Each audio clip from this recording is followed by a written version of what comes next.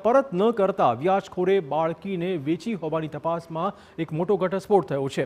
રૂપિયા 60,000ના વ્યાજની વાત સાવ ખોટી સાબિત થઈ છે। પિતા અને ભાઈએ જ 4 લાખ રૂપિયામાં બાળકીનો સોદો કર્યો હતો। રાજસ્થાનના અલવરના ઉમેદ નટને બાળકી વેચી મારી હોવાની વિગતો સામે આવી। બાળકી 18 વર્ષની થાય તે બાદ લગ્ન કરવાનો કરાર પણ કરાયો હતો। બાળકીને પોલીસે મેડિકલ ચેકઅપ માટે મોકલી આપી હતી। તમામ ભેગા થઈ રાજસ્થાનના અલવર ખાતે ઉમેદસિંહ નટને આ બાળકી 4 લાખ રૂપિયામાં એ દત્તક આપી હતી। એ 4 લાખ રૂપિયા એ આ લોકો લઈ અને સરખા ભાગે એમાં વહેંચણી કરી હતી। આ સમગ્ર મામલામાં કુલ 6 આરોપી અમે ધ્યાનમાં લીધા છે, જેમાંથી 4ની ધરપકડ કરી છે, જેમાં બાળકીનો પિતા પણ બાળ તસ્કરીનો આરોપી છે। અને હવે સમાચાર બનાસકાંઠાથી, જ્યાં ઇન્સ્ટાગ્રામમાં દારૂના વિડીયો મૂકનાર સામે